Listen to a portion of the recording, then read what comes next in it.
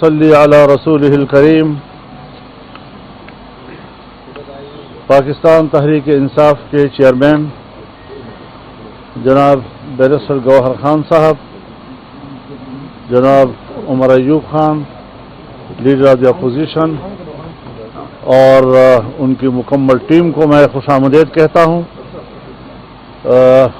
آپ سب جانتے ہیں کہ مجوزہ آئینی ترمیم جو ایک 2-3 ہفتوں سے زیر بحث ہے، اس پر مشاورت کا عمل جاری ہے اور ہم نے پوری فراخ دلی کے ساتھ حکومت کے ساتھ مذاکرات کیے ہیں. ان کے نمائندوں کے ساتھ ہم بیٹھے ہیں اور ہم نے اپنا نقطہ نظر دیا ہے، وہ بھی کسی پر مخفی نہیں ہے.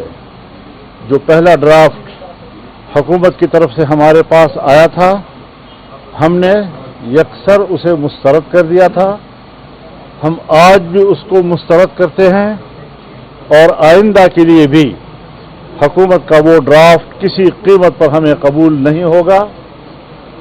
اور اگر مذاکرات کیے جاتے ہیں افہام و تفہیم کے ساتھ ایک متفقہ ترمیم کی طرف ہم آگے بڑھتے ہیں تو ہم نے خوش آمدید کہا ہے اس کے لیے.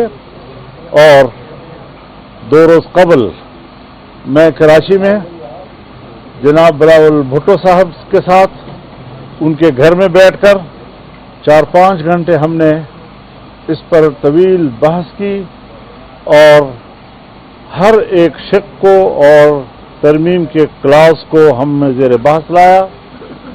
جن چیزوں پہ اتفاق ہوا ہم نے اس کو بھی میڈیا کے سامنے اس کا اعلان کیا، اور کچھ چیزیں تھیں کہ جو ابھی مشاورت کے قابل ہیں اور ان پر مشاورت ہونی چاہیے. کل جب لاہور میں میاں نواز شریف صاحب کے رہائش گاہ پر مذاکرات ہوئے، وہ بھی کوئی 4-5 گھنٹے تک چلتے رہے.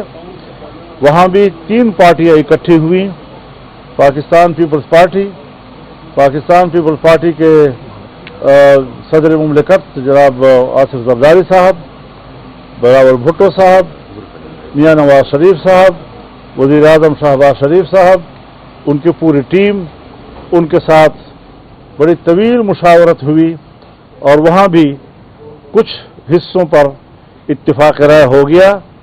کچھ چیزیں ابھی بھی اس قابل تھی کہ مزید مشاورت جاری رکھی جائے، اور میں نے یہ بھی کہا تھا کہ وہاں پر ہم ان متنازع شقوں پر بھی مفاہمت کے قریب ہیں، تقریباً ہم قریب پہنچ چکے ہیں. آج ہماری میٹنگ پاکستان تحریک انصاف کے ساتھ تھی. ان کے قیادت یہاں تشریف لائی. ہم نے آج بڑی تفصیل کے ساتھ اس ساری صورتحال سے ان کو آگاہ بھی کیا. یہ اپوزیشن کی بڑی جماعت ہے اور بڑی جماعت کو اتنے بڑے ایک آئینی ترمیم کے مراحل سے لا تعلق نہیں رکھا جا سکتا. ہم نے ہمیشہ کوشش کی ہے اور آج تک جہاں بہت سی چیزیں اس ترمیم کو کسی حتمی شکل دینے میں رکاوٹ رہی ہے، ایک بات یہ بھی رہی ہے کہ یہ متفقہ ہونا چاہیے اور اس میں صرف JUI کو نہیں بلکہ پورے اپوزیشن کو آن بورڈ لیا جائے اور اس حوالے سے اس کو متفقہ ایک ترمیم تک ہم لے جائیں. میں نے ان کے رویے کو دیکھا، انتہائی مثبت رویہ رہا ہے اس ترمیم کے بارے میں، اور معقول چیزوں کو جو قابل قبول ہو سکتی ہیں، کوئی ان کا معاندانہ رویہ نہیں ہے. ان چیزوں کو قبول کیا جا سکتا ہے، آج بھی قبول کیا گیا ہے، اور کچھ چیزیں جو ابھی محتاج مشاورت ہیں اس پر مشاورت کے لیے طے ہوا ہے کہ یہ مشاورت کل بھی ہماری جاری رہے گی.